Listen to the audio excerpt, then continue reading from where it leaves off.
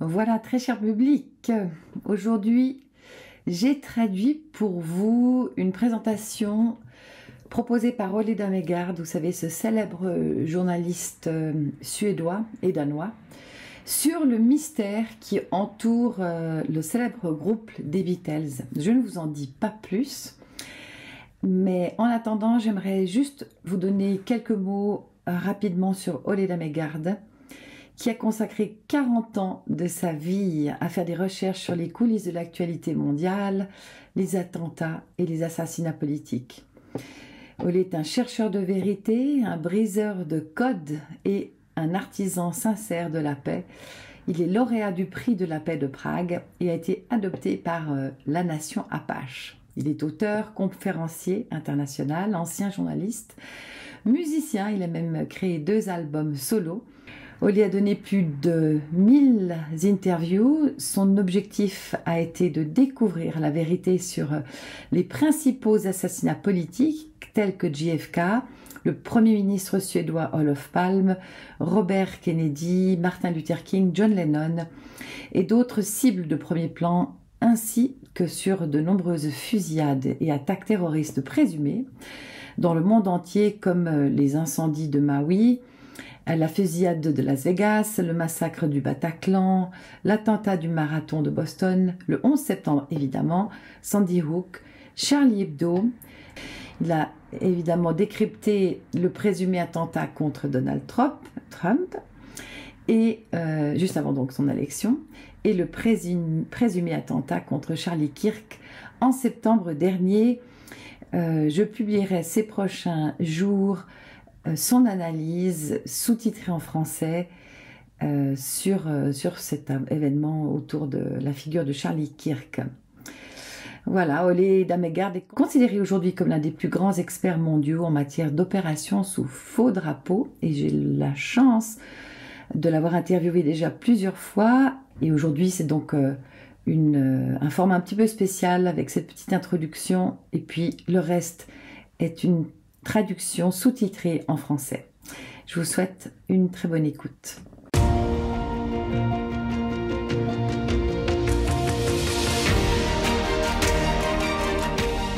We're here today gathered to look at a band called the Beatles. And I don't know about you, but I love their music. I grew up with the music and I've always been fascinated by the incredible width when it comes to uh, Lennon and McCartney. How they could make so many different, so varied songs, so different from each other, an incredible spectrum in the musical world. So anyway, so it's been over the years, more and more rumors have been coming about this band, and for years I was just like, yeah, come on, let's look into something that is more important. But then over the years, since I've been around for decades, I started seeing that it seems like there's actually something to this whole thing, that there was something going on. And after looking into many deaths of famous musicians, some staged, as you remember, maybe the Elvis webinar, he's still alive. Yoo-hoo! But that one was very different to the other ones. We got many murders that was concealed as suicides. We got like Jimi Hendrix murdered. We got Whitney Houston. We got so many others, but also stage deaths. So the whole area of death when it comes to famous actors and musicians are a very, very shady area. And sometimes these deaths are there for a reason. Sometimes it is because the artist is worth more dead than alive, that the sales figures go like this once they die. It's often when they start getting close to 50, the voice goes down, and the audience, the young audience that are the biggest, strongest buyers, they are no longer interested. That's when people have a tendency to die or to relocate in another different part of the world. There are many different options to this whole thing, but the Beatles is the most important band of all times, according to music experts. So when there are big question marks around that group, I think you have to look into it. And I want to dedicate tonight's presentation to my two friends, Mike Williams from Sage Oquay and Mark Devlin, an incredible researcher into the music business. These two are very close friends to me, and especially Mike has done incredible work into this whole thing. And then he was hit with some kind of, I believe, directed energy weapon a few years ago, and he's completely knocked out of the arena. And so he's no longer, he's alive, but it really shook him very deeply.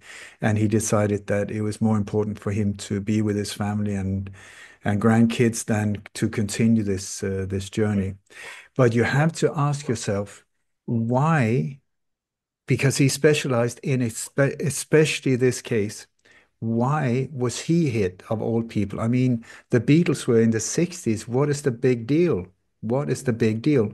And I believe that after my presentation, you will, if you are not already aware of many of the things I'm going to talk about, it's going to come as a shock to you, but it will also come to a situation where you start questioning, are we only scratching on the surface, and is this operation so much bigger? That's where I am. I think my understanding is very limited to a certain level. And when I see the consequences, the number of deaths, quite a few people have been taken out around this whole phenomena. Why is it so important to keep the lid on? Why are they doing everything to stop this truth coming out there? So I think there's a bigger reason, and well, time will show. And hopefully one day we will get the complete picture. So why is it important? Well, I think lying sucks. And the way forward is transparency in whatever area. Get to it and let's heal whatever it is. So let's get going. The Beatles. That is one strange name if you want to think of it like, why on earth did they choose that name? But anyway, they did. The Beatles. Ringo, John, Paul, George. The Fab Four. So let's get going. Here is the official narrative and what most of us know about this incredible band. Together, John Lennon, Paul McCartney, George Harrison, and Ringo Starr dominated the music scene for the decade and went on to etch their name in history forever. Today, the Beatles are widely acknowledged as the most influential band in history, playing a crucial role in the 1960s counterculture and transforming popular music into a recognized art form. The release of their first hit, Love Me Do, in late 1962, marked the beginning of their meteoric rise to fame. As Beatlemania swept across the globe, they were affectionately dubbed the Fab Four. By early 1964, the Beatles had become international superstars. They spearheaded Britain's cultural resurgence and led the British invasion of the American pop market. However, the band's desire to refine their studio work and the challenges of touring led them to cease live performances in 1966. This period saw the creation of their most sophisticated albums, including Rubber Soul, Revolver, and Sgt. Pepper's Lonely Hearts Club Band. These albums not only enjoyed commercial success, but also heralded the album era, shifting focus from singles to albums as the primary format. 2 years later, in 1968, they founded Apple Corps, a multimedia corporation overseeing their ongoing legacy. Following their breakup in 1970, all the principal members found success as solo artists. John Lennon was tragically murdered in 1980, and George Harrison succumbed to lung cancer in 2001. Paul McCartney and Ringo Starr, however, remain musically active. To this day, the Beatles are the best-selling music act of all time, with estimated global sales of 600 million units. They hold records for the most #1 albums on the UK Albums Chart, the most #1 hits on the US Billboard Hot 100 chart, and the highest number of singles sold in the UK. Their accolades include 7 Grammy Awards, 4 Brit Awards, an Academy Award for the 1970 documentary film Let It Be, and 15 Ivor Novello Awards. On top of this, they were inducted into the Rock and Roll Hall of Fame in 1988, and Rolling Stone twice named them the greatest artists in history. So, unbelievable band. unbelievably skilled songwriters, musicians. Incredible how these four young guys from Liverpool managed to conquer the world. I even been to Liverpool. I've been down to the cavern and around where they were living. I mean, this was a really poor town, really rough town also in the early 60s. So absolutely incredible how these four very talented young guys could conquer the world and how they could affect the whole. If you look at the incredible development from 1964 when they sort of became this massive success, when they came with very, very naive songs like Love Me Do and She Loves You, Yeah, Yeah. And then in just 5 years, you had the whole sex, drugs, rock and roll, Lucy in the Sky of Diamonds, that whole thing in 5 years. 5 years. And this band was one of the leading bands into that whole era of also the hippie movement and all of these things. So in the mid 60s, for anyone who wasn't around that, unbelievably, incredibly powerful development in different areas. So this is the official narrative and what most of us know. But like I said, there were very early on, Together, there John. were weird things happening around this band. And especially there was one big but. And that but was that there were many rumors, especially after 1960 or after 1966, that somebody had happened to Paul McCartney. That these rumors started. There was a DJ in the US that had somehow got hold of the news that Paul McCartney had actually died and that he had been replaced by somebody else. And so this spread in the newspapers all over the world. It spread to uh, news agencies, among the fans, and like many were speculating what actually happened. This was officially denied on all different levels, and for me, it sounded like a big joke. Even though I mean, I've focused on hundreds and hundreds of cases. For years, I was like, why even look into it? It's ridiculous. The whole thing is just a joke anyway. So why? I mean, this is just like rumors and cheap articles in silly magazines. But then one day, the thing that really got to me was that there was this Italian couple. They were forensic detectives. They were working a lot of crime cases in Italy, very high level, uh, uh, what do you call them? Coroners and medical experts, and they got themselves involved in this case because they were fed up with all of these rumors. So they just wanted to put an end to it by proving that it was absolutely ridiculous. All of these rumors was just a joke. So they started looking into images of Paul before 1966 and after 1966. And they came to the conclusion that there's something very bizarre going on because it's not the same person. They looked the same, but they're not. And in those days, this was way before facial recognition, all these type of things. This was not just for ordinary people to look into, but they did it. They were very, very uh, careful in their investigations, and they showed hundreds of uh, different details that proved that it was not the same guy, that there was, for some reason, it was just not the same guy. The teeth were different, the proportions, the length was different, the width. The thing is, we have a very unique setup, like a unique ID of our faces. This is how facial recognition works. The distances between our eyes, our ears, our eyebrows, our mouth, our Hey, nose. buddy. Could somebody please mute their microphone? Anyway, so this was the thing that really got me interested because I thought when experts like that are claiming things outrageous, but still claiming it and seem to be able to prove it, that's when I started looking into it.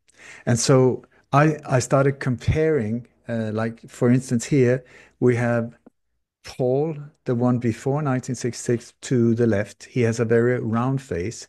And then the guy to the right is the first image we see of somebody that they claim is not the same individual.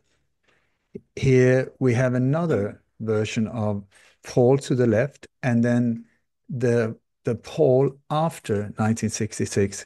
If you see they're similar, but if you can see the shape of their face is completely different. One is very round, Paul, and the other one, if we call him Paul, like fake Paul, you can see his face is a lot more narrow, longer. Um, he's got a similar look in his eyes, but the eyebrows are also very different. Here we are again. Paul is to the right and Paul is to the left. Even though they don't look the same, or even though they look similar, you can see that, whoa, wait a second. So I really started looking into these things. You have here Paul to the left, 1966, very round in the face, the eyes, the eyebrows, and then Fall in 1969. If you see they're very different, even though at first glance they look the same. If you don't compare them, if you don't put them next to each other, you would say, oh, it's the same person. But when you look like this, it's like, whoa, what is going on here? Here we have Paul, here we have Fall. Can you see for yourself that Paul, round, very round face, round cheeks. Also, Paul, left-handed. Fall seems to be right-handed, but then for some reason, it seemed like he was learned how to play the bass left-handed, but he was doing things. He is still to this very day doing things with his right hand that right-handed people do, and he's doing not what left-handed people are doing. It's only when he play instruments on stage and so on that he goes left-handed. Otherwise, he automatically does things with his right hand. And when you really make comparisons like this, you can see there's a big difference. Suddenly, it's not just a little; they're very different. And also the color of the eyes. You have Paul. If you look at in the 60s, his eyes were always described as brown, dark brown, but Fall has like hazel brown colored eyes, not at all as dark as Paul. You can see the nose is also different, the nostrils, yet they look very similar. There's also a problem with the length, the height, because Paul, when you compare Ringo, Paul, John, and George, they were more or less the same height. But then when Paul after 66, suddenly Paul is taller. He's like half a head taller. And there are photos of Paul with his girlfriend, and then Paul with the same girlfriend. And suddenly Paul is like 10, 15, 10, 12 centimeters higher than Paul. And this is one of the things, you cannot change your height. You cannot change, you can change everything in a face, but you cannot change sort of the basic structure of the skull. You cannot change the distance between the eyes, the nose, the mouth. You can change the nose, yes, you can change the ears. The ears are the tricky ones often, but everything else, but you cannot change these basic proportions. And here we see a very definite example of it's just not the same guy. So these rumors were spreading all over the world, and the Beatles, it's also like in 1966, either on the 11th of September, 9/11, or the 9th of November. I'm not completely sure, but it's on that day, 9/11, where there's a definite change. Something happens. And it's at that exact point where suddenly the Beatles stops touring and they say, no, we're just going to do studio work from now on. The fans are just screaming. They can't even hear us. So we will withdraw from the public eye. And that's exactly what happened. They just disappeared off the radar. And Paul uh, disappeared also. Especially Paul started growing a beard, which seems like it could be covering like scars, because it seemed like he was being operated on. There were different times when he was showing himself, and he had like his face was swollen in the same way as somebody who had had um, surgical operations done on his face. So the mustache, you can see under the mustache, it seems like there are scars under. Also, when the beard was that, it seemed like that was also part of reconstructing the face plus changing the teeth and so on. So he disappeared from the public eye. Then Life magazine managed to track him down to a little farm up in Scotland. And they went up there. And there were some paparazzis that took photos of him. He got really pissed off with them, went out, argued with them. And in the end, as an agreement to leave him alone, they made an article, and then they disappeared. Here's the article. Here he is together with his wife, Linda McCartney. We're going to come back to Linda because there's strange things around that woman as well. So it's not only photos and so on, but when you listen, I mean, a geek like I'm looking everywhere, because it's in the details that you will find the truth. They say the devil is in the detail. I say the truth is in the detail. The details that the devil is trying to hide it. That's the difference. But anyway, so if you listen to what the Beatles themselves are talking, you will see that there are irregularities. Like for instance, here it is from a documentary. When you hear the members of the Beatles, they're sitting and chatting around, just having a cup of tea, talking about the old days, and George says he talks like that Paul came into the band later than the rest. But that's not how the Beatles was created officially. The official narrative is that John and Paul met, then they got to hear about George. He entered the group. Then they had another drummer that was then replaced by Ringo, and boom, you had the Fab Four. So Paul was one of the founding members, but that is not what you hear here. So please listen to this one. Move, really, because when you joined and you were like the new fella and Sure. nobody, and I thought, well, if I hang out with you, then they'll all be like, you know. So I thought it'd be good to, you know, put Paul with him. Yeah, because then it would be all right then. Yeah, it So would, anyway, because then but then it wouldn't be changed. like- It would be with any. Yeah, so he said, when you were the new fellow, George said that George was the new fellow, not Paul. And this is just one of many. Here they talk about they're talking about the Fab Four, and then George says, no, actually it's Fab Three. And then they start talking about the Beatle Bill, because we're going to come to an understanding here that not Paul, but Paul's real name is William, also Billy Shears, or Billy Shears Campbell. But if you listen here. This is actually a Beatle wife fixing the tea for one of the Fab Four ex-Beatles. Fab Three. See Beatle Bill making a pig of himself. See much of the Beatles these days. The other Beatles. I Beatles saw are great band growing up. Beatle Ed. Beatle Ed, how is he? He was all right, but he was just going off on a tour. Beatle Ed's not doing so well these days, is he, Beatle Ed? Well, he's number 5 in Sweden. Oh, in Sweden, that's it. So Fab Four down to Fab Three, and then they talk about Beatle Bill, or Beatle Ed, who is touring, and the one who was touring at the time of this interview was made was Paul McCartney. And they say he's making a pig of himself, but he's doing well in Sweden and on the tours there. So the opening, you also have the armor of what's his name? And George, my God, come on, the producer, George Martin, fantastic musician. His armor is like with 3 Beatles. Can you see there's 3 Beatles on his shield of armor? So, and then there's this strange zebra underneath that I don't understand, but I think that is part of also some kind of deception. But of course, there should be 4 Beatles on it, but there's only 3. So a lot of strange things.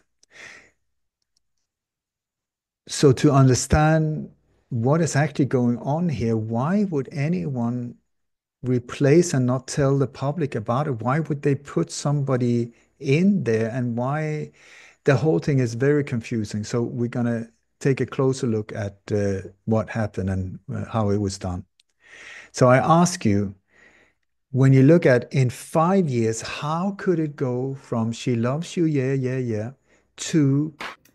Désolée de cette petite interruption, mais pour des raisons de droit et de copyright, je suis obligée d'enlever le son de ces extraits de quelques secondes, mais j'ai gardé les sous-titres traduits.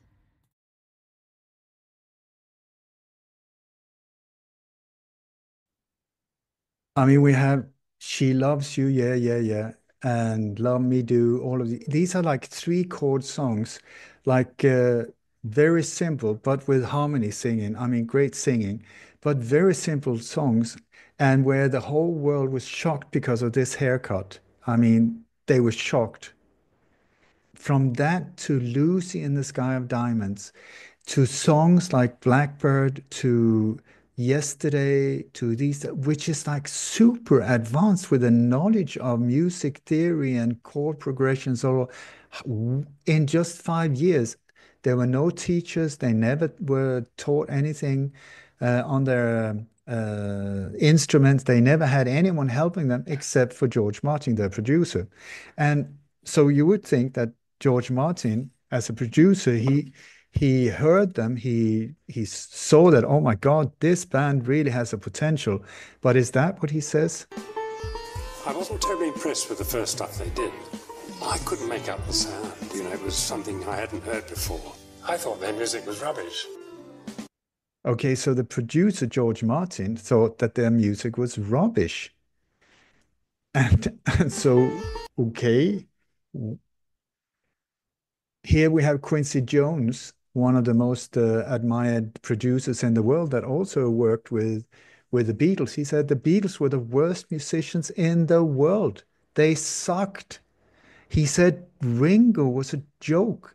Like even when Ringo was recording his own solo album, he would just a normal steady drum beat for his own songs. They had to send him out of the studio. Please, Ringo, go and have some lunch, because they were like doing 34 retakes of just very simple stuff. And he was so not steady in his rhythm or anything like that. He's named the best drummer in the world by some people. It's like, come on, what are you talking about? Anyway, so they had to send him out, get a professional drummer in, lay down the tracks. Then when Ringo came back, Quincy's played it to him and said, okay, listen to the recording of You. And Ringo said, oh, that's great. It sounds really good. Yeah, it's not you though. But so how can they make all of these songs without being able to play the instruments? I mean, even the Beatles themselves in interviews, they always refer to themselves as, we're not good musicians. We're not good musicians. Compare that with the early songs. Yes, She Loves You. Yeah, yeah, yeah. Love Me Do. Not a problem if you're not that such good musician. But to play something like this or make this as a song.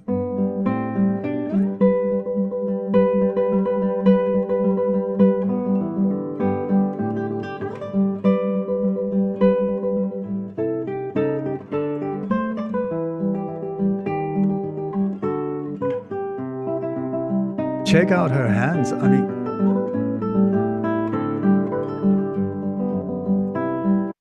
mean, I'm a guitarist. I'm struggling with that. So how on earth could this song was made by Paul McCartney, who is the bass player? And he said that Yesterday came to him in a dream. He just woke up. He had the whole thing, all the chords, the lyric, everything was in a dream. It came to him in a dream. I mean, I wish I had dreams like that, because that is amazing. But then more and more rumors over the years, and also people have stepped forward saying that we were actually the ones playing on the albums. Come again? We were actually the ones playing on the Beatle albums. And there were studio musicians that were playing in the 60s on more or less all of these bands' albums. There's one female bass player, I think her name is Carol Kay. She's played on more than 150 albums, if I remember right. All of the big names, the bass player, Doom, she's the one in the background, not the one on you see the cover, the person on the cover. No, no, no, they were studio musician. And here, for instance, when it came to Ringo, we had this drummer, Bernard Purdie, who claimed that he had overdubbed drums for 21 of the Beatles recordings in the summer of 63. He stated that Brian Epstein, the manager of Beatles, paid him to overdub the drum tracks. So, and that the payment also bought his silence. These people were paid and they had to sign papers. I'm never going to mention this ever, but this is the thing. So we already have on an early stage that there are claims made, and also from a logic point of view, I mean, to write Blackbird that complicated with chord progressions that is just like, wow, how beautiful is that?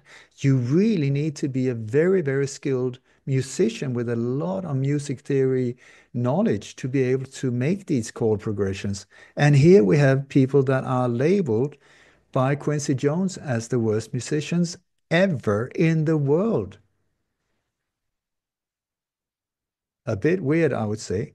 Okay, so we're being told that they recorded so many songs, so many albums, so many things. And it's wonderful because we have the historical facts. It's like, this is the day they went into the studio. This is when they recorded this song. You can find all on Wikipedia and other things like that. It's not a secret anywhere.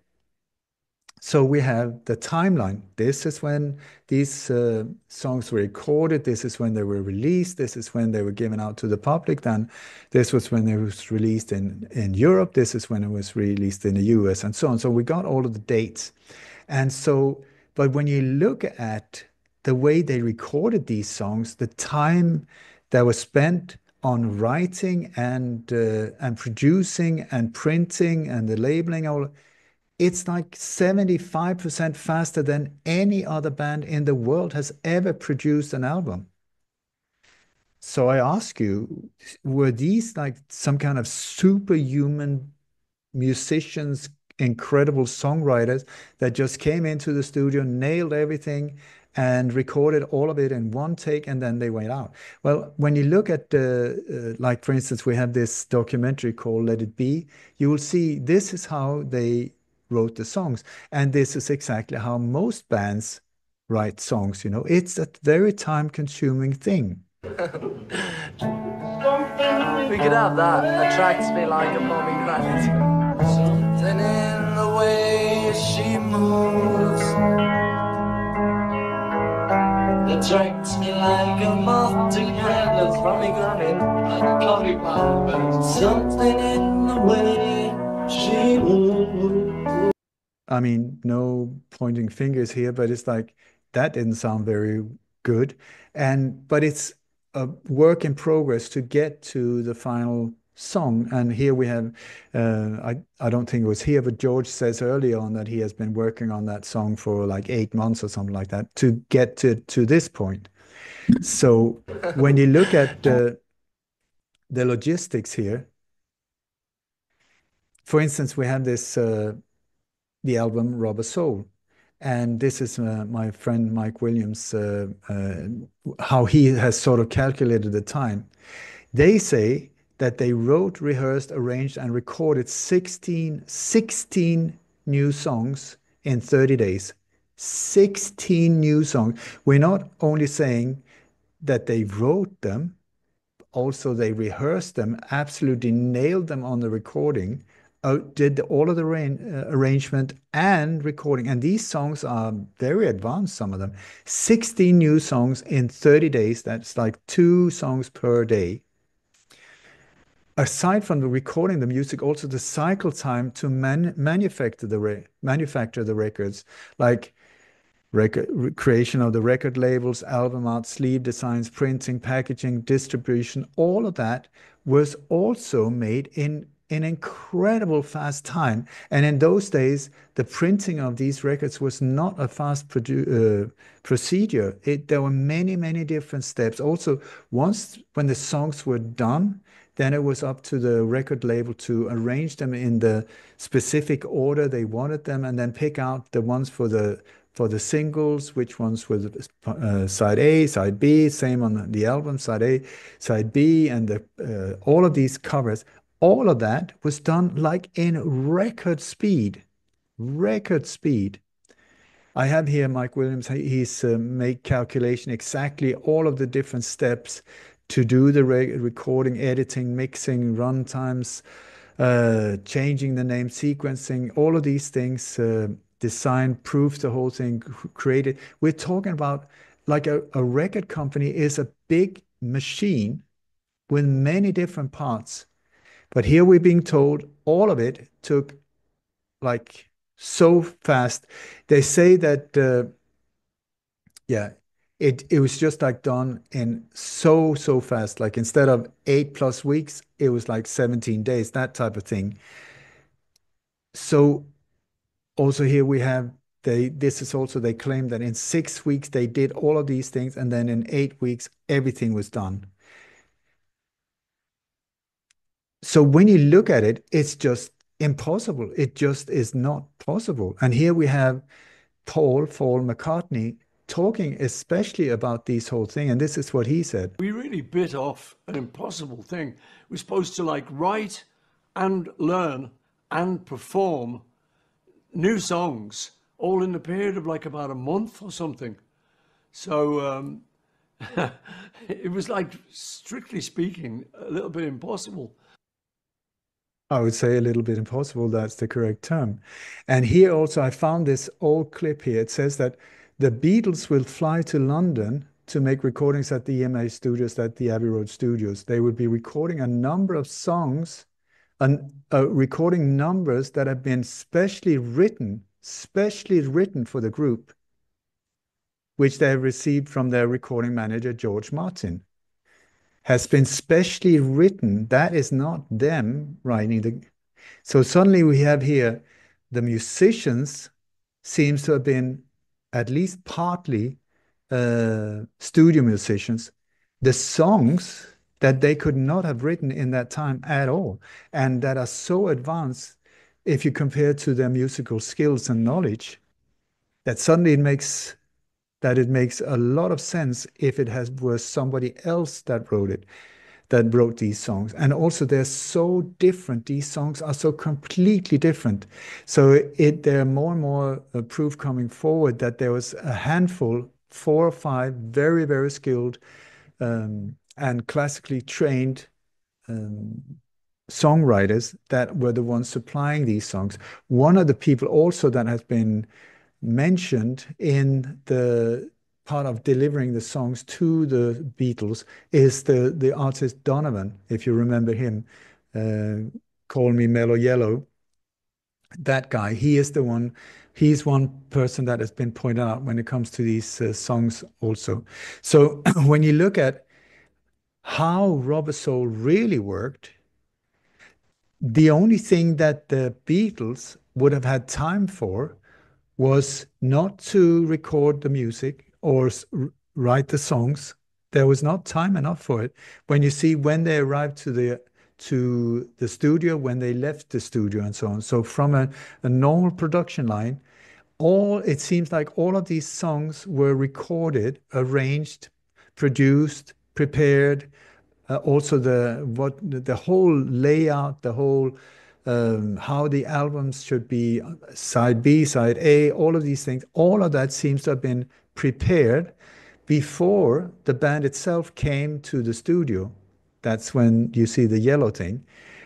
Here it's between October the 11th and November the 11th. During that month, their job would be to come there, add the vocals and harmonies and all of the things that instrumentally was missing, where they added this whole thing. All the rest was taken care of.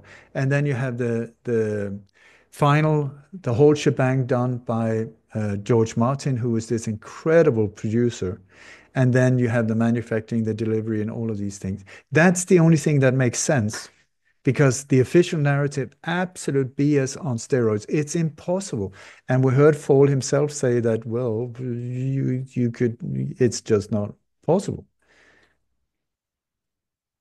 So what is going on here?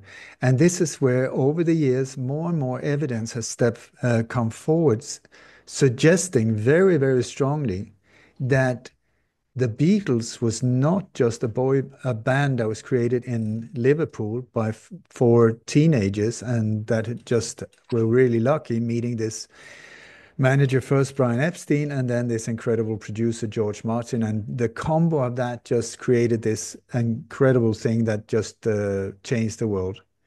Instead, it seems that this was the first created boy band in the world, that they were put together, and that the real power behind this band was what is called the Tavistock Institute of Human Relations.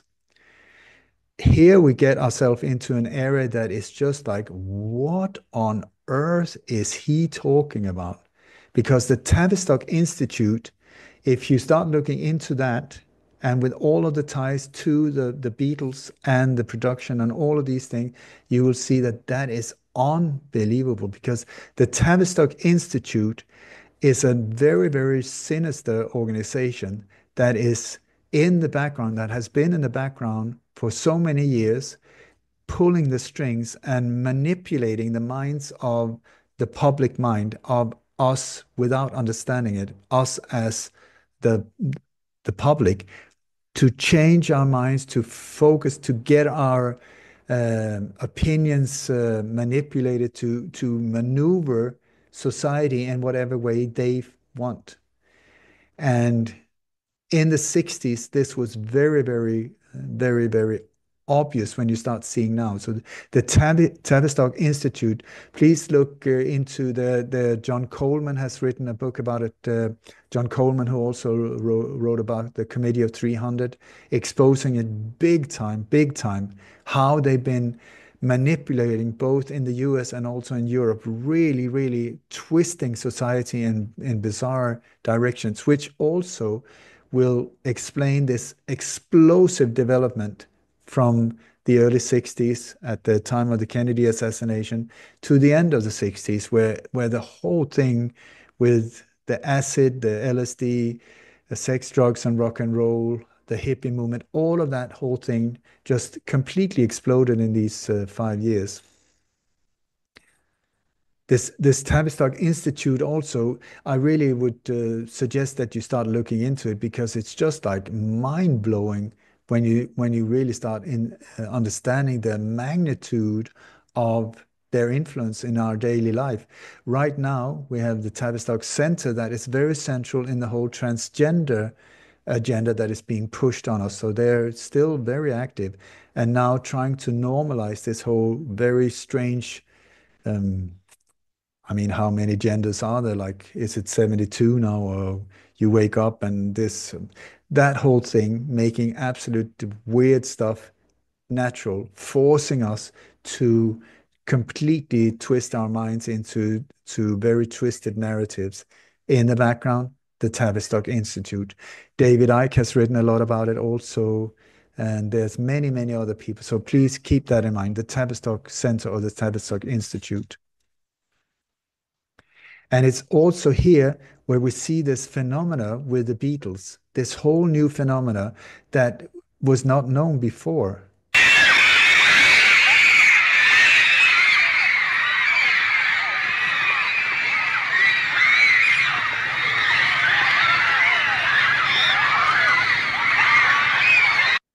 That whole thing, it now turns out that the first one who was screaming like that were paid. They were handing out, the same people that were constructing this whole. I'm telling you, we're starting to see here an operation, a psychological operation with this band in the middle, where one of the phenomena here, this Beatlemania, where the diversion was taken away from politics, away from all of the important things that was happening in the mid-60s in Europe and in the US, were instead completely diverted by Beatlemania, these screaming people that were just going absolute berserk, thinking they'd seen God or whatever. This later turns out that they were actually paid. They were paid to scream, and then the one after this started a whole thing, so that in the end, people were screaming everywhere. Even when the Beatles, the first time they went to the US, they had never been there. The US knew about them, but it wasn't that big a deal. But when they came to the airport, the screaming was already there. Now we have witnesses stepping forward saying, yeah, we were paid. There were these people approaching us saying, please scream and just scream your head off and you will get paid like this, this, this. And so these teenagers started screamed. And this whole thing was then pumped out in media saying the whole Beatlemania, this is the best thing that ever happened. So a psychological operation, it seems like. And also please notice that when the Beatles first appeared, it was only months after this thing happened. If you haven't seen before what happened in November the 22nd in Dallas, when the head of JFK was blown off, and where the powers that took him out completely changed the world. It's the same power structure that took over that day that is still were behind 9/11, behind the COVID operation and so on, if I'm correct, and have been behind so many dark agendas and horrendous stuff that has happened ever since. So is it possible that after the shots were fired in Dallas, right after people starting asking questions, what is going on? And so to divert the attention away from that assassination, just a month or two later, boom, we had She Loves You, yeah, yeah. And the whole world suddenly was focused on this screaming phenomena with these strange haircuts in England instead of focusing on here. Speculation, I can't prove it, but the timing, I think, is interesting. It was also in a time where the Vietnam War was really started after JFK was taken out of the game. His body hadn't even it wasn't even cold before Lyndon Johnson signed the order that got the Vietnam War going, which was a drug war, big war time. And then also you had the whole civil unrest and almost like a civil war in the US at the same time when the Beatlemania happened. But it was not only the Beatles. The Beatles were on the sort of the European side, and you had the Rolling Stones and the Who and all of these things that were starting there. But at the very same time, on the other side of the Atlantic Sea, we had also another operation that was very organized and where most of the rock stars on the American side came from one small little place outside Hollywood. It's a small little area called Laurel Canyon in the middle of nowhere, just northeast of Hollywood, up in the mountains. Not many houses. It's a very small place, but there, for some reason, at that time, I want to say, at that time, the music business was in New York and in Memphis and in Nashville, not at all in Los Angeles. There was nothing there. But for some strange reason, a lot of the future rock stars in the US were drawn together in this little place with Frank Zappa in the middle, Laurel Canyon, where all of these bands started from there. Bands like the Byrds, Dustin Springfield, the Monkees, the Beach Boys, the Mamas, the Papas, the Turtles, the Eagles, the Flying Burrito Brothers, Frank Zappa, the Mothers on Invention, Steppenwolf, Captain Beefheart, Three Dog Night, Alice Cooper, Arthur Lee. You had Joni Mitchell, Jody Collins, James Taylor, Carole King, Jackson Browne, Judy Sill, David Blue, the Doors. You had also Jimmy was there visiting. I think also the Beatles were there. I mean, on an incredible amount of good musicians and artists that just happened to be pulled into that little place. The thing that these bands, what they had in common was that they more or less all of them had parents that were somehow involved in the military industrial industry, or they were brought up on Air Force bases or Army bases, and where their parents were sometimes involved with MK Ultra, sometimes involved with psychological warfare, suddenly sometimes involved with different type of military hidden agencies. There were connections into the CIA and so on. And in the center of this group of outlaws, these revolutionary bands, where most of them couldn't play when they arrived. Once again, they couldn't play just like the Beatles, but they were they were given instruments when they arrived. They were given amplifiers. Some of them were given a stack of songs, like Jim Morrison's. He came with a stack of songs. He never wrote songs before, never wrote lyrics after. He came with the songs to Laurel Canyon.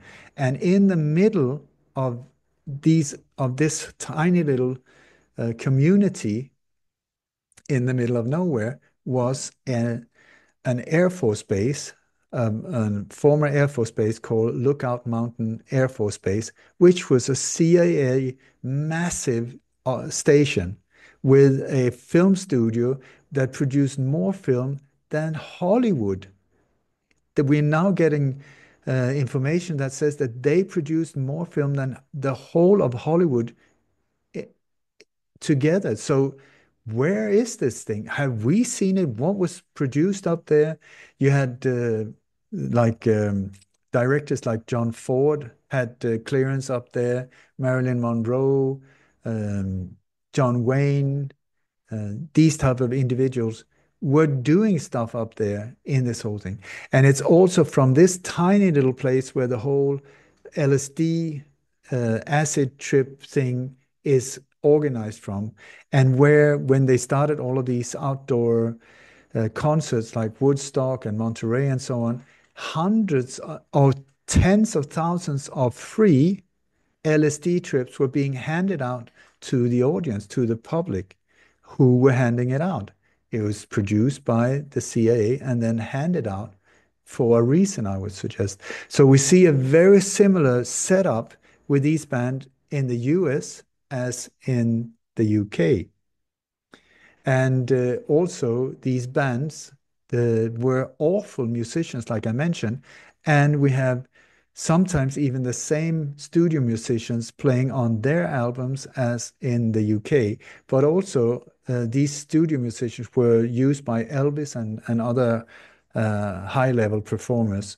So yeah, I find it very interesting. And also that these bands that was against society, and they were saying screw this and fuck this, and all of these say I'm not going to war. They were never drafted. They were never forced to go to war. Instead, they could live this law life outside the law.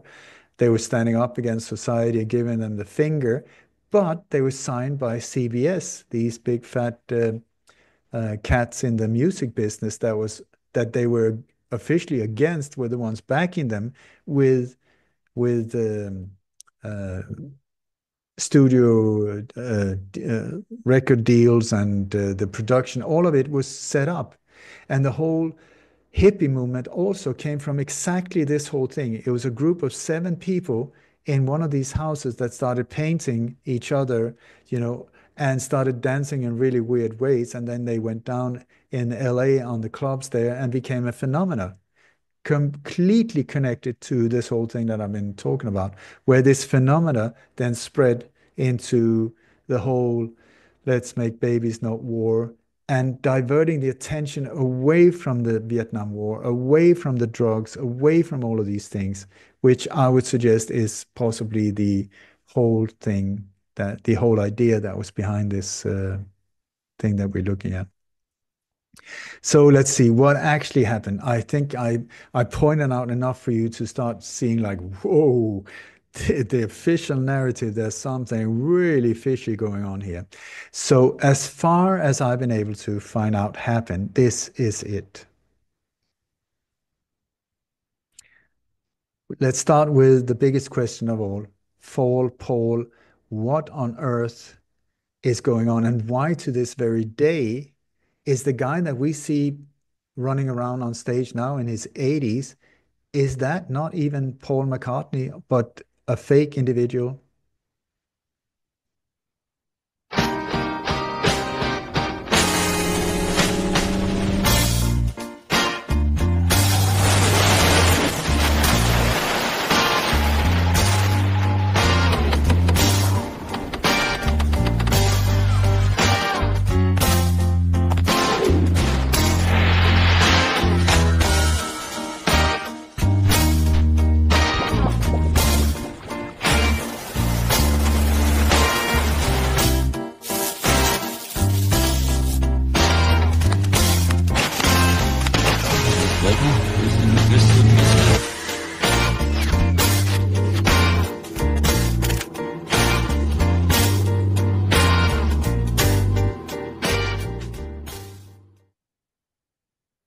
So, what actually happened?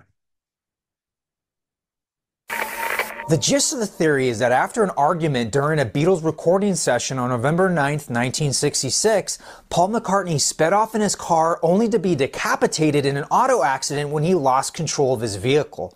The UK security service MI5 advised the band to find a replacement, for they feared that if the news of Paul's death got out, mass hysteria would spread among Beatles fans, leading to civil unrest and possible mass suicide. So this is now when we're coming to what seems to have happened, what actually seemed to have happened, that they were in the Abbey studio. It was early in the morning, 5 a.m. There was a quarrel between John and Paul. Paul said, listen, I've had it. He got out in his sports car, started driving, taking off, and it had been raining. And on the way there was a girl standing hitchhiking.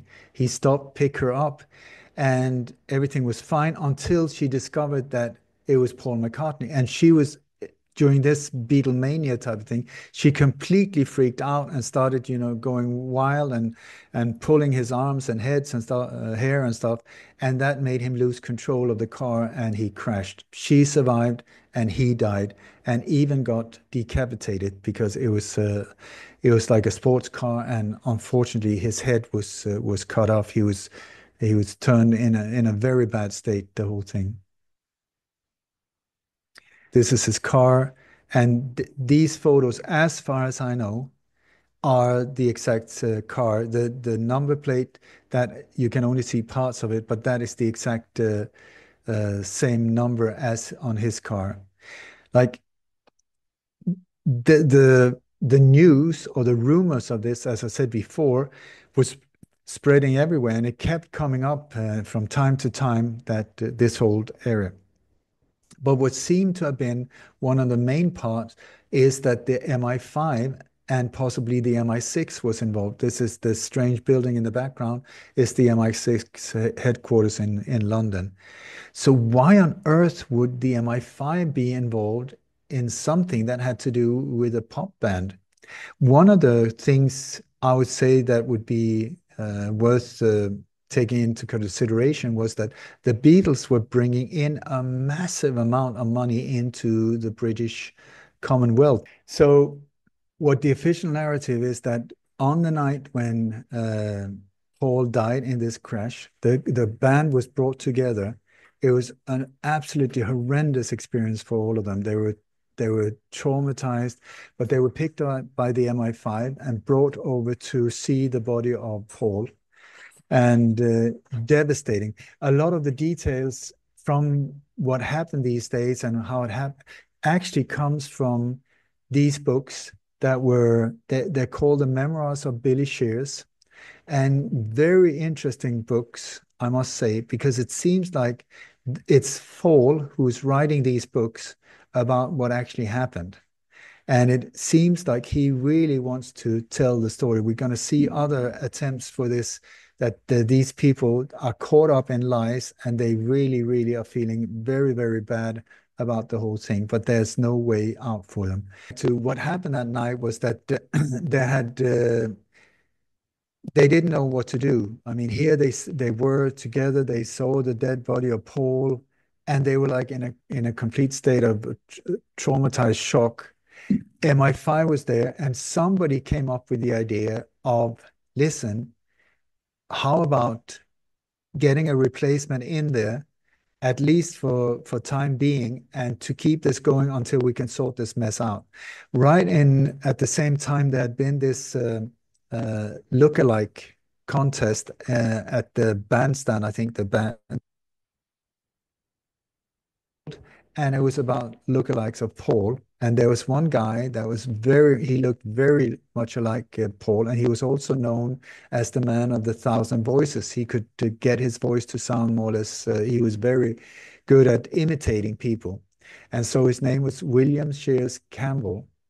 So he was called in that night, and the band met with him, and the whole thing was presented. How about you replacing Paul until we can take a next step, until we can find a way out of this whole thing? Because just like he was saying in this interview, he said they were fearing possibly mass suicide by young girls that were just they were so in love with Paul that they might kill themselves. I think that is one part of the truth, but I think that the whole agenda is much, much bigger. Like I said, I think we're just scratching on the surface when it comes to this operation.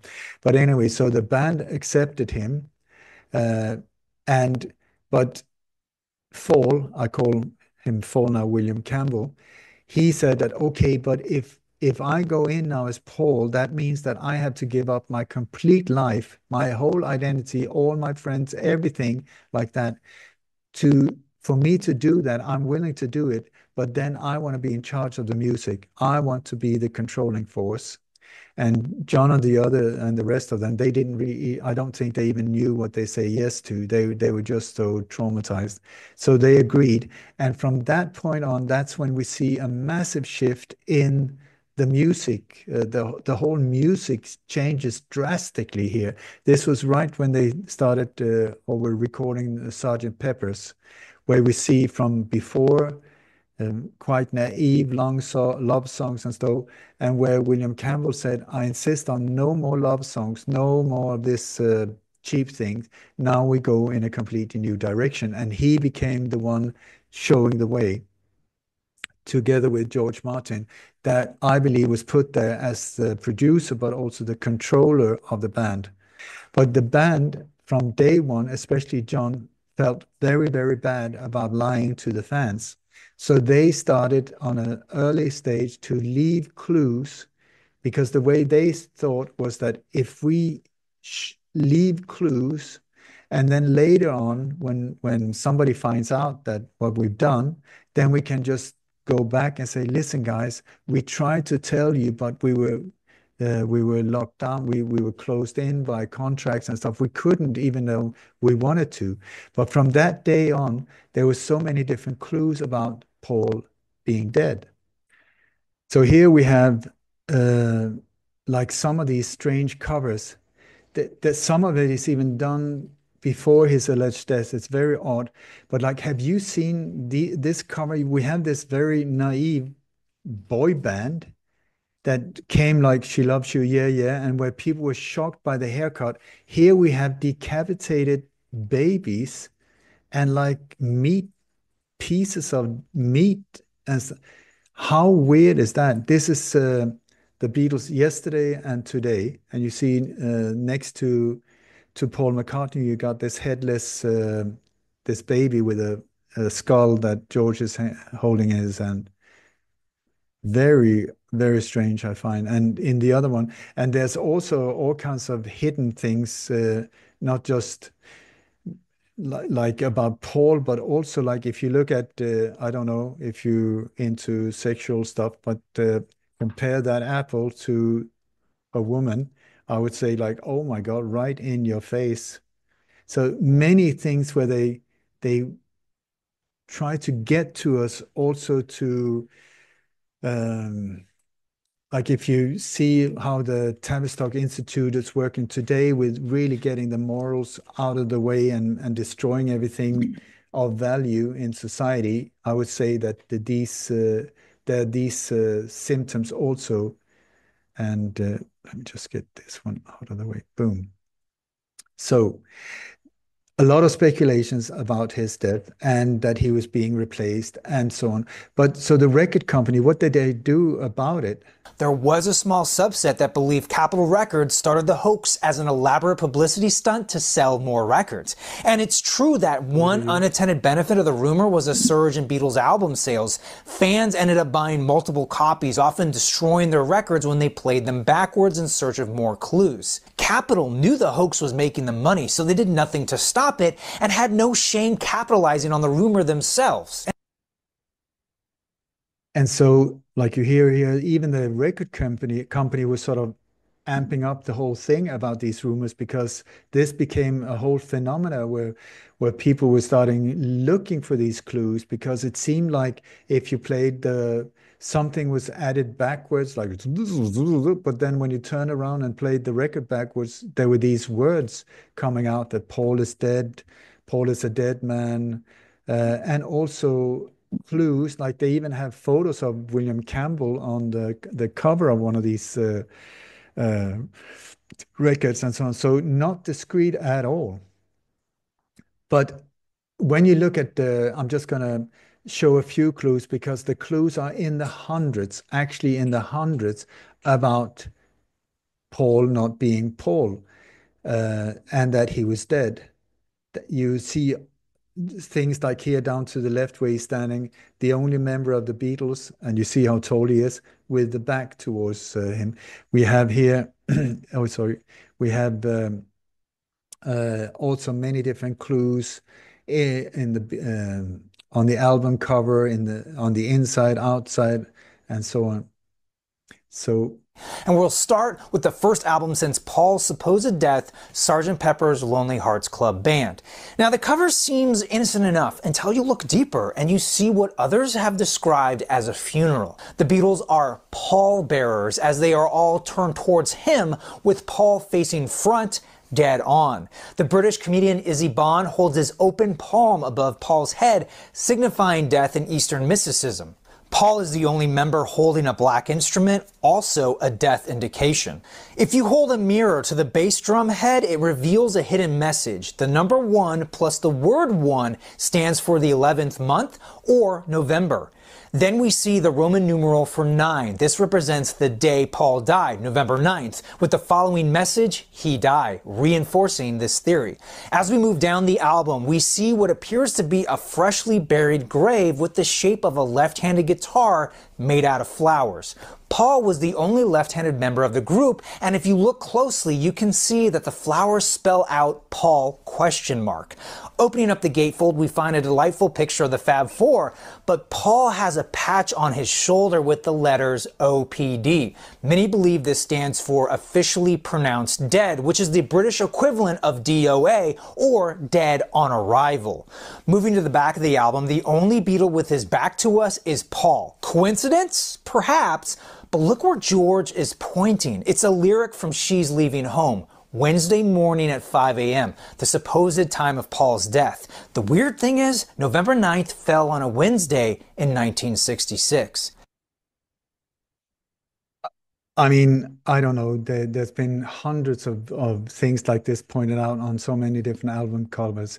So I don't know, but it's like when you read the books, the memoirs of Billy Shears, where he's talking about this in great detail. We also have tape recordings of somebody who claims to be George Harrison. I would suggest that it's possible that it is him, after we're going to see later on that he was almost murdered also, that he put this out there. We have also Ringo has done articles, interviews where he's spoken openly about these things, where it seemed to be like this is actually true. And one of the things is that John was so obsessed with these clues that it became dangerous. And the guy from MI5, the guy that was sort of the one handling the Beatles, his name was Maxwell. That's where Maxwell Silverhammer comes. And he was furious every time they discovered that the Beatles had put out clues there. So one time it seems like they were even beaten up, really badly beaten. And Maxwell said, if you do this again, I'm going to kill you. And after that, that's when the White Album came, where completely clean, nothing on it except one photo where Paul is different than the other ones. But otherwise than that, they got very scared there for a while. And also at this time, when there was a lot of secrecy going on here, their manager, Brian Epstein, was suddenly found dead.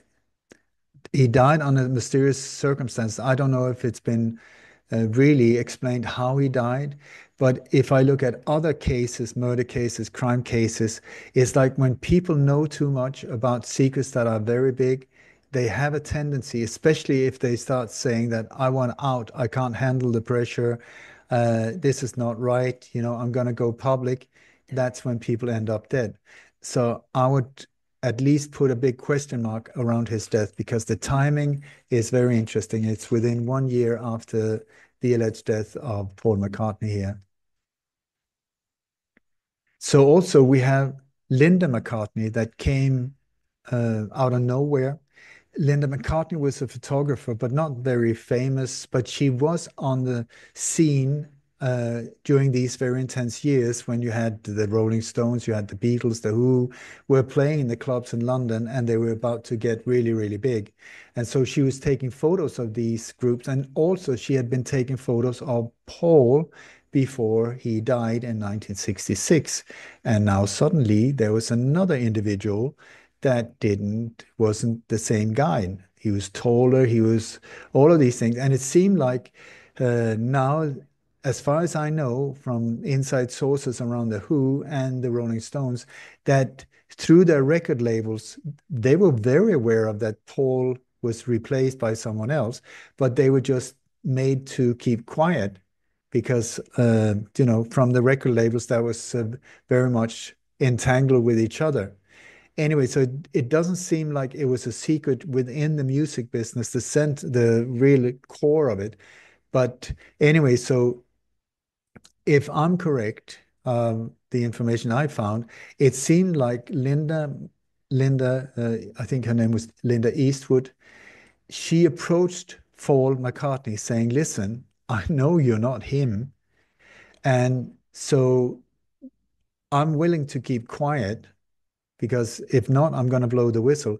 But I'm willing to keep quiet if you marry me and also put me in a band, any future band, if you ever split up with the Beatles.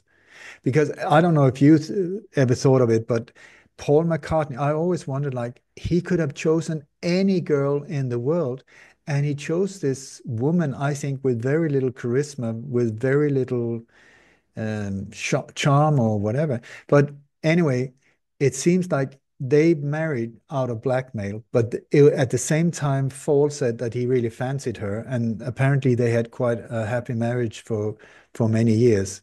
So here's another addition to this whole thing with the put the lid on and all the consequences it can have. It's also when you look at these covers, there's a lot of Freemasonic stuff going on here that looked very like naive and stuff, but when you really start looking into it, it's very connected to Aleister Crowley. The same with other bands. You had Led Zeppelin, you had the Rolling Stones. A lot of the bands during the 60s were very interested in the occult. And on the Beatles covers, you have many similarities and many hidden messages like the one eye, 666, the devil's horns. You got also they were meeting up with Jimmy Savile. I can't say that that proves anything because he was a very famous person in the music or in the entertainment business at the time. But I mean, for an album cover, and you got like all four or two, three of them doing Freemasonic hand signs, not just a coincidence. And I met up with the keyboard player of John Lennon's son, if it was Sean or Julian, I'm not sure, but he was the keyboard player for the son of John Lennon. And he said in his son's home were a lot of Freemasonic stuff, and some of it from John's apartment in New York. So there's connection here into the occult into the Freemasonry network also that are connected into this whole band. Moving on to Abbey Road, the cover shows the Beatles walking away from what appears to be a cemetery. John leads a procession dressed in white, looking Christ-like with his long hair. Ringo follows, dressed in black, resembling an undertaker. Paul walks behind, out of step with the rest of the Beatles and holding a cigarette in his right hand, contrary to the real Paul, who is left-handed. This Paul is also barefoot, suggesting a corpse. George takes up the rear, dressed in denim, resembling a gravedigger. The Volkswagen Beetle in the background has a license plate 28IF, representing that Paul would be in his 28th year in 1969 if he was still alive. On the back, we find a series of dots that, if you connect them, form the number 3, which then reads 3 Beatles. I mean, I don't know. I think some of these things are far-fetched, but the Abbey Road album cover, that is said to hold a lot of these clues. Anyway, so the Beatles split in the late 1960s. They broke up. They before that they created the Apple Corporation. It should have been not Apple, but A Paul Corporation that they changed into Apple, according to Billy Shears. But anyway, it seems like John was really suffering from all of these lies. I mean, imagine living a lie like that, being admired by millions, and you know that one day they're going to find out that you completely blew them. I mean, really. So he was feeling very awful about it. And according to George Harrison's recordings, it came to a point where when he went off the radar and stayed sort of like in the US together with Yoko Ono and their son. He became sort of like a home dad, taking care of their child, all completely off radar, off the music scene. But in 1980, he was about to do his comeback. He was going to do a world tour, a peace tour. And J. Edgar Hoover and other forces really hated that guy. The thing also with John Lennon is when you're that famous, and especially somebody standing for peace, that can really mess it up for the military-industrial complex. So they were getting very worried, and he was recording this album together with Yoko Ono, which, if you ask me, I think she was his controller. Very strange person, and their relationship very odd. I've spoken to people who knew them. Very odd, to say the least. Super weird. But anyway, according to George, John called George about 2 weeks before he was murdered and said, listen, I've had it. I'm going to go public. I'm going to tell the truth. The world needs to know. I've had it. I'm going out on tour now, and I can't keep this lie anymore inside of me. And boom, 2 weeks later, he was killed. If I have understood it right, not only did he call George, but he also called Fall, saying, this is what I'm going to do. And boom, then he ends up dead. So the whole official narrative with Mark Chapman, the guy up to at the left photo here, waiting for an autograph, and then for no reason shooting him, absolutely not true. I've dug very deep into this case, and the actual assassin that shot. There were two hitmen that evening. The doorman and a guy, sort of like a repair guy. The doorman this evening was a man named Jose Perdomo, who is actually, he looks very kind and gentle, but he was actually one of the top assassins in George Bush Sr.'s private hit team, Operation 40, that were part of the JFK assassination and many other assassinations, also involved in many of the military coups in Latin America, also involved in the Vietnam Operation Phoenix. I mean, their business was death. And so the chances of the doorman who worked that night and that night only, who was standing to the left of John Lennon when the shots were fired, not from the direction where Mark Chapman was standing, but straight from the left. That this guy was a top assassin, I mean, cannot just be a coincidence, I would say. And he disappeared right after that, not to be seen again. So why was John Lennon killed? Why was John Lennon murdered? If it was not this crazy guy who just wanted an autograph, but a top assassin connected to George Bush Sr., to the whole military-industrial complex, what is going on here? Why is it so important in that case to keep this secret about Paul McCartney? This is what I'm saying, that I think that there's a whole different level to the deception about the band, the Beatles, that there's something much bigger going on here. So, but what I find very concerning also is that John called George, and according to George, he also called Paul and said, I'm going to go public. So how, and then just a week or so later, boom, John is dead. So how did anyone know about this, that John was going to go public? Either the phone was tapped, very possible, for sure. J. Edgar Hoover loved this whole thing, and the FBI, they had him really, really under control. But the one that would have the most to lose, if you think of it, would be Paul McCartney, because his cover would be blown, his whole career destroyed. He would have been forever a joke. There would be nowhere for him to hide. So when he was told, when he was informed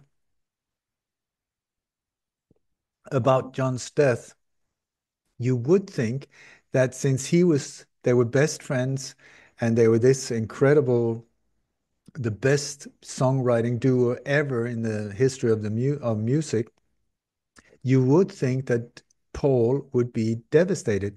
But listen, this is right after John was murdered. Check out his reaction. I was very shocked, you know. It's terrible news. What were you recording today? I was just listening to some stuff, you know. I just didn't want to sit at home. Why? Well, I didn't feel like it. What time did you hear the news? This morning sometime. Very early. Yeah. Don't know, yeah? Drag, isn't it? Okay, cheers. Morning, guys. I find his reaction very, very odd, to say the least. When asked what he felt about it, oh, it's a drag, isn't it? And then he just takes off. No emotions, no nothing. And this is where I feel, is it possible that he was the guy that called in to say, listen, this whole thing is about to get messed up. We need to stop John before he does anything stupid, because this is getting out of control. And that he was the one calling in, reporting on this whole thing, and then indirectly causing the death of John Lennon. If you look at the way he reacted, the way he was handling this thing, I would suggest, whoa, that really is, it smells a long way. I really hope I'm wrong, but I think I'm not. Paul had, which was not actually his problem, it was mine and Ringo, because of what the history should show. And as soon as we do that, Paul will be free of any problem he may have of us, because I don't have time to screw around anymore, you know?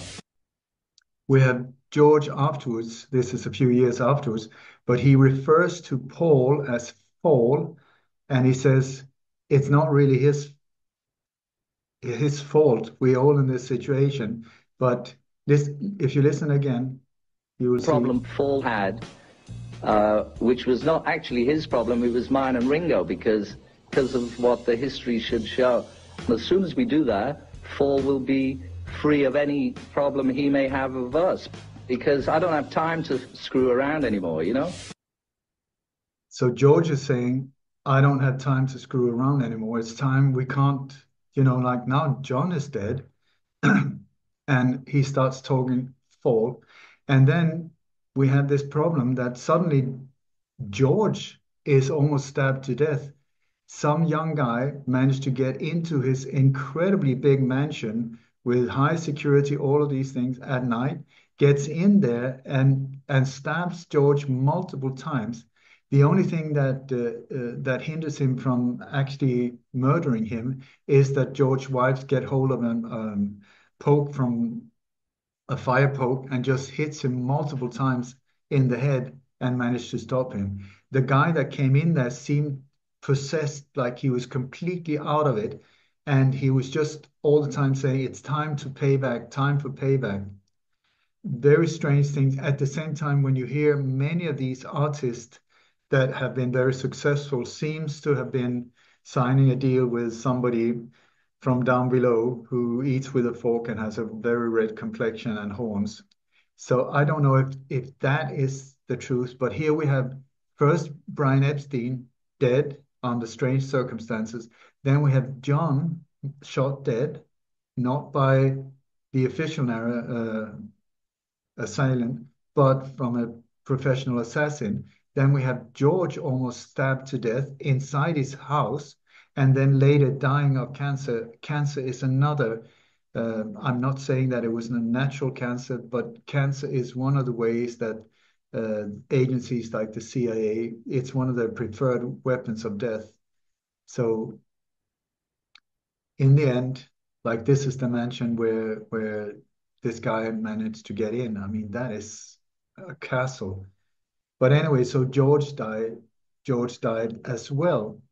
So, but before that, we had like and the Ringo. Music was always more important than anything else, to me personally. You'll have to ask the other two.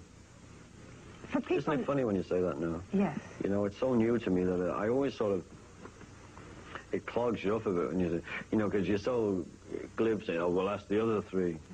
Now we can only ask two, which is dragging its wings, but I'm sure he's okay. The other two is such a drag, it's William. You see, so now they're forgetting or they're losing it.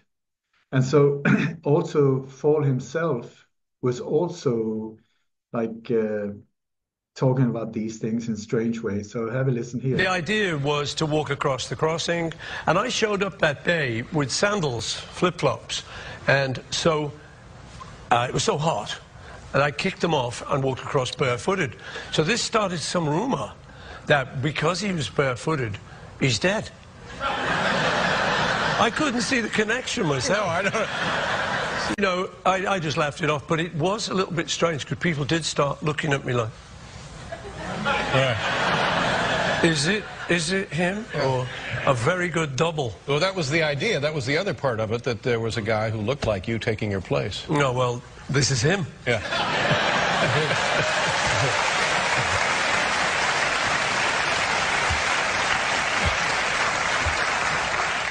Or is it? But look at his eyes here. We have then we have a very strange thing yet again around Fall. Linda McCartney dies, and then he starts dating another woman called Heather Mills. And according to some researchers, Heather Mills was the girl that Paul McCartney picked up the night he died and was the one that caused the death of him. Apparently, she was taken care of, you know, because she couldn't talk about this publicly. So she was given, as far as I know, I'm not sure if this is true or not, a new identity with the name Heather Mills, relocated, and then later in life, she approached Fall, and they became a couple. She was dressed in a blue dress that night when this happened, and this is the reason why there's a blue dress on the Abbey Road album cover of this sort of very faint, shadowy type of image of a woman on the... But Heather Mills, that's a very, very strange story around her as well. So she, after they had married, she started appearing in some talk shows where she was sort of saying very, very scandalous things. I know everything and I know the truth. I'm not allowed to talk about it because it's a criminal act. You have no idea what's going on. And that's as much as I can say, or I go to jail for telling the truth. I have a box of evidence that is going to a certain person should anything happen to me. So if you top me off, it's still going to go to that certain person and the truth will come out. There is such a fear from a certain party of the truth coming out. that lots of things have been put out and... I mean, she's saying that she's in a situation where she can be assassinated or topped off, I mean, killed. And she was hit by she was in a traffic accident where she actually lost her leg after that, where she claimed that they were trying to kill her. But she said that she has a box of evidence that would show the whole thing, that would expose the whole thing. So what type of evidence what could we be talking about? I would suggest, I'm just speculating once again, could it be a box of things that's from the side of the accident? Maybe teeth from the dead Paul because his head got completely crushed, something bizarre like that, that would show that Paul and Paul is not the same. But like she said, there's such a fear that this whole thing comes out from a certain party, whatever that party is, because in this interview, she says that Paul seems to be helping her as well. So it doesn't seem like he's the one that is so afraid of this getting out. There's some other part, whatever that part is, that is willing to do more or less whatever to shut her up. And in the end, they came to an agreement where I think she was paid 20 million to shut up, and then she disappeared. But there are more than one of these strange things where you hear these are different recordings where instead of them saying Paul, they say William or Paul. Okay, Jack. You know William? Yes, of course. Hello, Neil. How are you? Hello, George. Nice to see you. They shouldn't be paying me this money. I'm not, I'm not him. I'm some little kid masquerading as this guy who is like the famous. Paul McCartney's the sort of successful bit of it all that I'm very proud of, but I don't imagine I'm him because it would just blow my head off. I mean, how weird is that? We have more similar stuff. I thought, well, maybe, being Paul McCartney and the whole bit is really too much to kind of live up to. But the funny thing is then you start to think of the advantages of it, and the advantages, I like to think they outweigh the disadvantages. I mean, straight from the horse's mouth. And I love Denmark. Like when Paul was, a few years ago when Paul McCartney was performing in Denmark, some people wanted the money back because they say we paid to see Paul and this is not the guy. So it became a bit of a scandal there. But when they were invited into the Rock and Roll Hall of Fame, George said this. We all know why John can't be here, and I'm sure he would be, and it's hard really to stand here supposedly representing the Beatles. It's what's left, I'm afraid. But we all loved him so much, and we all love Paul very much. We all loved John, and we all loved Paul. And where was Paul this evening? He was not there. He didn't want to be there when I wonder why. We said hello, and he said goodbye. This grave tombstone, not sure if it's real or not. I just put it there. And I just want to say, regarding more questions, please ask Sir Paul himself. Here is his address and phone and whatever. And so that was my presentation. I've done it again. I can't keep it short. So listen, guys, if you don't have any questions, I hope you enjoyed it. I'm very sorry to be the bringer of bad news, because I think this is sad. For me, it's very sad. Songs are still the songs, and I mean, they're amazing songs. And so let's not destroy them. But the whole deception of what we've been told has to be transparent and understood. So with that said, thank you, everybody who came here. And I hope that you enjoyed